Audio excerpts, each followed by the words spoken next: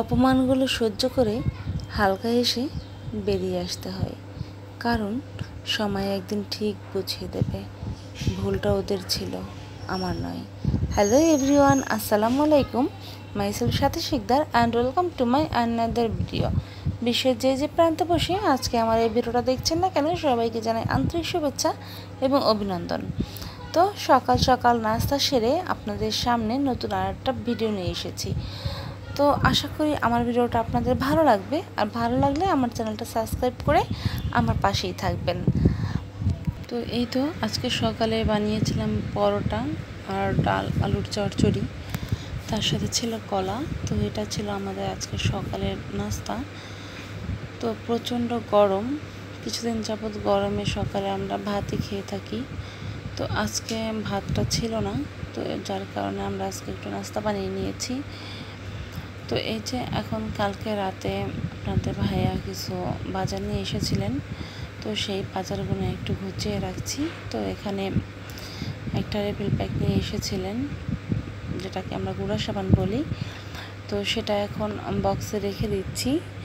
তো একটা মেয়েকে তো সব ধরনের কাজই সামলাতে হয়, তো আমাকেও ঠিক সেটাই করতে হচ্ছে।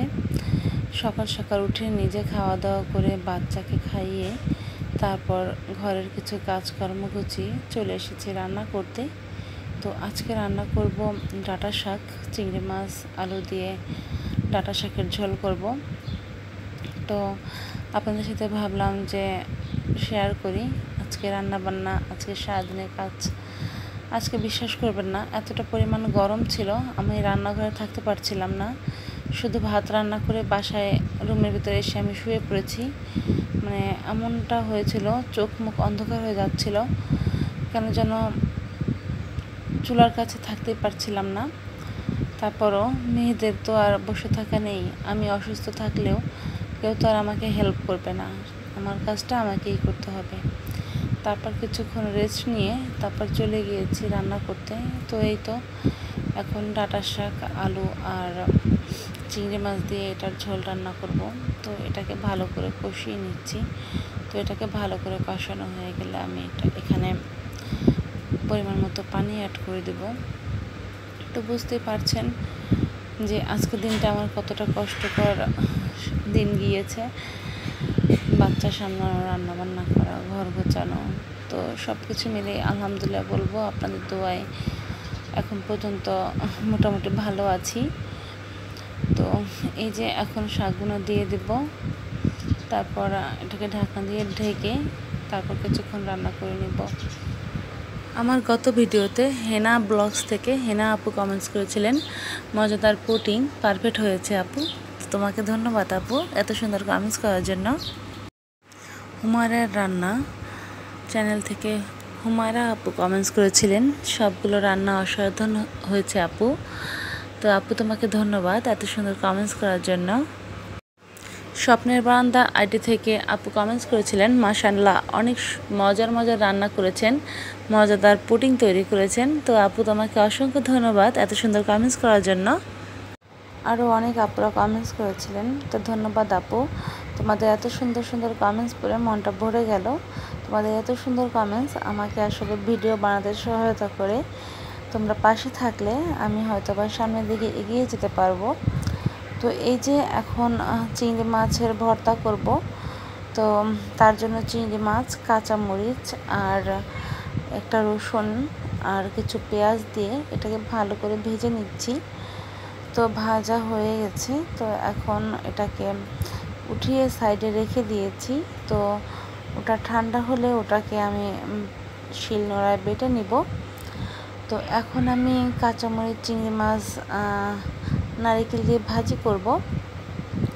জানি না রান্নাটা কার কতখানি পছন্দ হয়, কিন্তু আমার কাছে এই রান্নাটা খুবই পছন্দের। আমি আসলে ছোটোবেলা থেকে এই রান্নাটা খুব পছন্দ করি। আমার মাকে দেখতাম প্রায় এই রান্নাটা করতে। তো আমিও আজকে কিছু চিংড়ি মাছ নিয়েছি, তো ভাবলাম যে আজকে একটু রান্না করি। এত গরমের মাঝে কিছু খেতে ভালো লাগছিল না, তো একটু ঝাল খাবার যদি খেতে পারি, জাস্ট এই কারণে আজকে রান্নাটা করা। প্রতিটা খাবারই আজকে একটু ঝালের পরিমাণ বেশি ছিল। তো এই তো এখন কাঁচামরিচ, পেঁয়াজ এবং চিংড়ি মাছ দিয়ে এটাকে ভালো করে ভেজে নিচ্ছি। তো ভালো করে ভাজা হয়ে গেলে এখানে আমি অ্যাড করে দেব নারকেল বাটা। তো এটা আমি বেটে নিয়েছিলাম, তো বেটে এটাকে রেখেছিলাম। তো এখন সেটাকে এর ভিতরে দিয়ে দিচ্ছি, আর দিয়ে দিচ্ছি পরিমাণ মতো হলুদ আর লবণ। তো এখানে আর কোনো মরিচের গুঁড়া ব্যবহার করব না। মরিচের গুঁড়া ব্যবহার না করলে এটা বেশি মজা লাগবে, কারণ কাঁচামরিচ ভাজি বলতে গেলে তো এটা কালারটা একেবারে হলুদ আসবে। জানি না ক্যামেরায় এটা কতটা ভালো দেখা যাচ্ছে, কিন্তু এটা দেখতে আসলে অনেক সুন্দর হয়েছিল। তো এখন এটাকে ভালো করে কষিয়ে আমি একটু পানি দিয়ে দিয়েছি। এখন আবার একটু ভালো করে কষিয়ে নিব। তো ভালো করে কষানো হয়ে গেলে এখন এর ভিতরে পানি দিয়ে তারপর এটাকে উঠিয়ে ফেলব। তো আমার এই রান্নাবান্না আপনাদের কাছে কেমন লেগেছে সেটা কিন্তু আমাকে অবশ্যই কমেন্টস করে জানাবেন। আর আপনারা আসলে কেমন ভিডিও পছন্দ করেন, আমার ভিডিওগুলো আপনাদের ভালো লাগে কিনা সেটাও আমাকে জানাতে পারেন। তো এই তো এখন এখানে আমি পানি অ্যাড করে দিয়েছি, ভালো করে কষিয়ে তারপর পানি অ্যাড করে দিয়েছি। রান্নাটা চুলায় রেখে এখন চলে এসেছি সেই চিংড়ি মাছ ভর্তাটা বানাবো। তো এই তো আমি এখানে যে উপকরণগুলো ভেজে রেখেছিলাম তা সব নামিয়ে নিয়েছি, আর তার সাথে একটু নাগামরিচ, আমাদের বরিশালের ভাষায় যেটাকে বোম্বাই মরিচ বলে, তাও একটু ভেঙে দিয়ে দিয়েছি। এখন এটাকে ভালো করে শিল নোড়ায় তারপরে বেটে নিব। তো বাড়ছি আর আপনাদের সাথে গল্প করছি।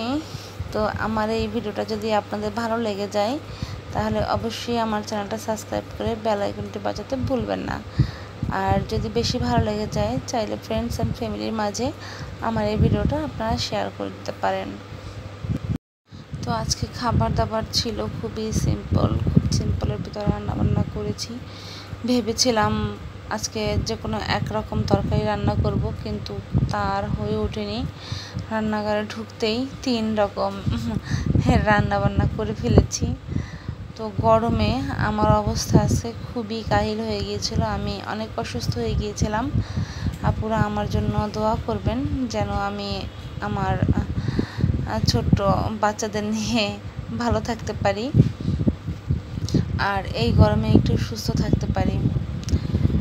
তো এই যে আমার ভর্তাটা এখন বাটা হয়ে গিয়েছে, তো এটাকে একটু উঠিয়ে নিচ্ছি। তো এখন অফ ক্যামেরায় সব কাজগুলো গুছিয়ে নিব, মানে রান্নাঘরের যত কাজ থাকে সব কাজ গুছিয়ে নিব। ধোয়া পাল্লা অনেক ধরনের কাজই তো রান্নাঘরে থাকে, তো সেটাই গুছিয়ে নিব।